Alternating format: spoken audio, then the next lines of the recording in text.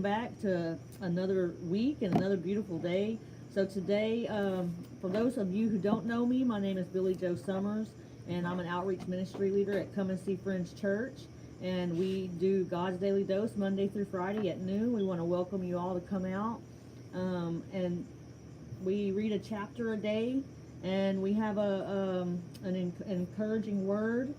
And then the video's only 10 minutes, but we welcome you to join us for discussion afterwards here in person. So we look forward to seeing y'all. So if you don't have a Bible also, please reach out and we'll provide a Bible for you so you can follow along and read the word yourself. Amen. So today we're going to be picking up in 2 Samuel 21. Just a quick recap from 2 Samuel 20. We had rebellion against David and with Sheba, who had drew the Israel away from David again, and then we had them come back together by a servant, a woman who had cried out, and a wise woman had given some good advice, and she provided Sheba's head so that she was the peacemaker in the whole situation. And then at the end of chapter 20, David's governing officers were chosen. And so now we're going to pick up in 2 Samuel 21 if you'd like to follow along. Now there was a famine in the days of David for 3 years, year after year, and David inquired of the Lord. And the Lord answered, "It is because of Saul and his bloodthirsty house, because he killed the Gibeonites." So the king called the Gibeonites and spoke to them. Now the Gibeonites were not of the children of Israel, but of the remnant of the Amorites. The children of Israel had sworn protection to them, but Saul had sought to kill them in his zeal for the children of Israel and Judah. Therefore David said to the Gibeonites, "What shall I do for you? And with what shall I make atonement, that you may bless the inheritance of the Lord?" And the Gibeonites said to him, "We will have no silver or gold from Saul or from his house, nor shall you kill any man in Israel for us." So he said, "Whatever you say, I will do for you." Then they answered the king, "As for the man who consumed us and plotted against us, that we should be destroyed from remaining in any of the territories of Israel, let 7 men of his descendants be delivered to us, and we will hang them before the Lord in Gibeah of Saul, whom the Lord chose." And the king said, "I will give them." But the king spared Mephibosheth, the son of Jonathan, the son of Saul, because of the Lord's oath that was between them, between David and Jonathan, the son of Saul. So the king took Armoni and Mephibosheth, the 2 sons of Rizpah, the daughter of Aiah, whom she bore to Saul, and the 5 sons of Michal, the daughter of Saul, whom she brought up for Adriel, the son of Barzillai, the Maholathite. And he delivered them into the hands of Gibeonites, and they hanged them on the hill before the Lord. So they fell all 7 together, and were put to death in the days of harvest, in the first days in the beginning of barley harvest. Now Rizpah, the daughter of Aiah, took sackcloth and spread it for herself on the rock, from the beginning of harvest until the late rains poured on them from heaven. And she did not allow the birds of the air to rest on them by day, nor the beasts of the field by night. And David was told what Rizpah, the daughter of Aiah, the concubine of Saul, had done. Then David went and took the bones of Saul and the bones of Jonathan his son from the men of Jabesh Gilead, who had stolen them from the street of Bethshan, where the Philistines had hung them up, after the Philistines had struck down Saul in Gilboa. So he brought up the bones of Saul and the bones of Jonathan his son from there, and they gathered the bones of those who had been hanged.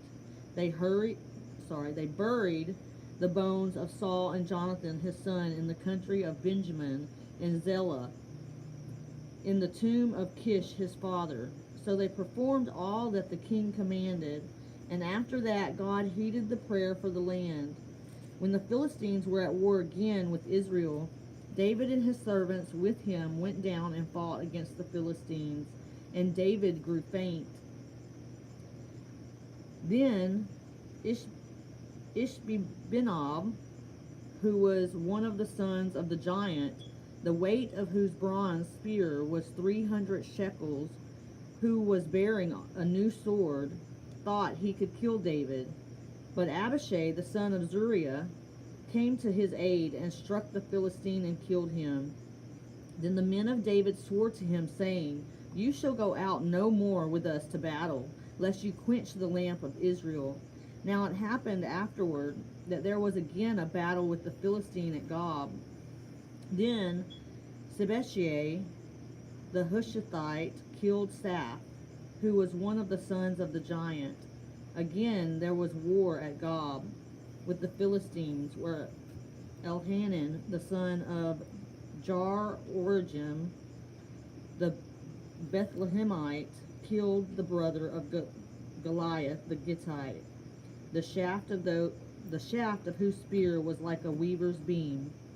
Yet again there was war at Gath, where there was a man of great stature, who had 6 fingers on each hand and 6 toes on each foot, 24 in number, and he also was born to the giant. So when he defied Israel, Jonathan the son of Shimei, David's brother, killed him. These 4 were born to the giant in Gath, and fell by the hand of David and by the hand of his servants. Amen. All right, so that is the end of chapter 21, and David's back at war, and so we see here in this chapter, we see a lot of promises. Amen. We see God's promises being kept to the Gibeonites, and then we see Saul's broken promises, which leads his old sin, and just as a reminder that old sin can create new problems long after the sinner is dead. And that's what happened in this situation with Saul. His sin of trying to go to war with the Gibeonites when they were in God's will, has come back on his people. But David has kept his promises, both to those who some would think was his enemies, but to Saul and to Jonathan, really his beloved, what he considered a brother at heart. He really loved Jonathan, and he has still kept his promise to Jonathan throughout this chapter, saving his son, and then also David makes a new promise with the Gibeonites, and has and also with his people, right, by not going to war. Their fear is that he will be killed, and he is the king of all Israel, and he is anointed by God. So and David made the right decision, I believe. There are times that we must give up lesser things to protect the more important things being the remnant of Israel. And so today, the message I really want to take away is on promises. Promises aren't made to be made carelessly or broken with impunity. If we should be doers of our word to be held trustworthy, and honestly, God really doesn't want us making promises anyways. He just wants us to be doers of our word, saying yes and doing, or saying no and not doing, and just being truthful to that. So today's daily reminder, we want to fully rely on God each and every day. We want to submit ourselves to God, have faith and trust in Jesus and the promises throughout the word here. We want to seek first God's kingdom, and his righteousness, and not the worldly kingdom we live in, not our own righteousness as well. We want to seek God's righteousness. We want to be in the word daily, and we don't want to just know it. We want to live it, love it, and obey it. We want to be doers of the word. Amen. And then we want to pray always and about everything. So I want to encourage y'all to go back and read the word, meditate on the word. Leave us a comment about what message God gave you today in the word. And just, if you want to just leave us a comment and say hi, whatever it is, leave us a comment. Get involved. We'd like to see you. We want to encourage you to come out Monday through Friday. We're now meeting at Acts Christian Church here in Texas City. We'd love to see you out with our group and have discussion afterwards. And then we're still doing our evening services at Come and See Friends Church at 6:30 in the evening, Monday through Friday. We have Bible study. Tuesday, tomorrow night, we have Celebrate Recovery, where my husband will be giving his testimony. So we hope to see y'all out there at Celebrate Recovery. And then Friday, we have Family Game Night. And then Saturdays, we have the Landing, Celebrate Recovery for the students, for the teens, to have pre-recovery so they don't need recovery. And then we have our service on Sunday, which we'll be hoping to have here at Acts Christian Church soon as well. So we hope to see y'all soon. Y'all have a blessed day, and we'll see y'all tomorrow for 2 Samuel 22.